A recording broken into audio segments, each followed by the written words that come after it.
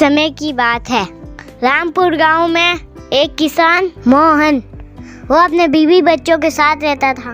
वे खेती कर अपना गुजारा करते थे।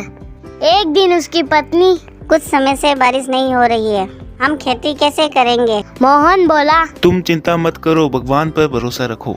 मैं इंद्रदेव का भक्त हूँ। मैं कल ही मंदिर में पूजा रखवाता हूँ और फिर देखना कैसे बारिश होती है। राधा बोली, ठीक है, तुम कल सुबह ही मंदिर चले जाना। जैसे ही सुबह हुई, मोहन मंदिर चला गया और उसने पूजा करवाई और घर की तरफ लौटा और राधा से बोला, मैंने पूजा करवा दी है, अब देखना कैसे बारिश होती है। राधा बोली, चलो कल सुबह खेत में जाकर देखेंगे।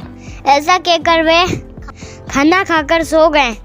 जैसे ही सुबह हुई, वो दोनों खेत की ओर चले गए।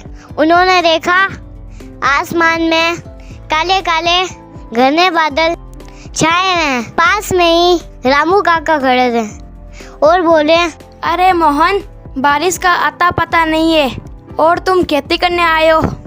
अरे ओ राधा बिटिया, जरा मोहन को समझाओ। और मोहन बोला, अरे रामू काका, मैं इंद्रदेव की पूजा करवा के आया हूँ और मुझे पूरा विश्वास है जल्द ही बारिश होगी। और रामू काका बोले, तुम्हारी बात इंद्रदेव सुन ले तो अच्छा है, बारिश के बिना हमारा भी बुरा हाल है। ऐसा कहकर रामू काका चले गए। मोहन बोला, चलो राधा, खेत में काम करते हैं, बारिश तो आ ही जाएगी। और बादल गरजने लगे। थोड़ी देर बाद जोरों से बारिश शुरू हो गई और राधा और मोहन खुश हो गए। थोड़े समय में मोहन के खेत हरे भरे हो गए। चारों तरफ हरियाली छा गई। वे आपस में खुशी खुशी रहने लगे। बच्चों, ये कहानी आपको कैसी लगी हमें कमेंट करके बताएं। Thank you.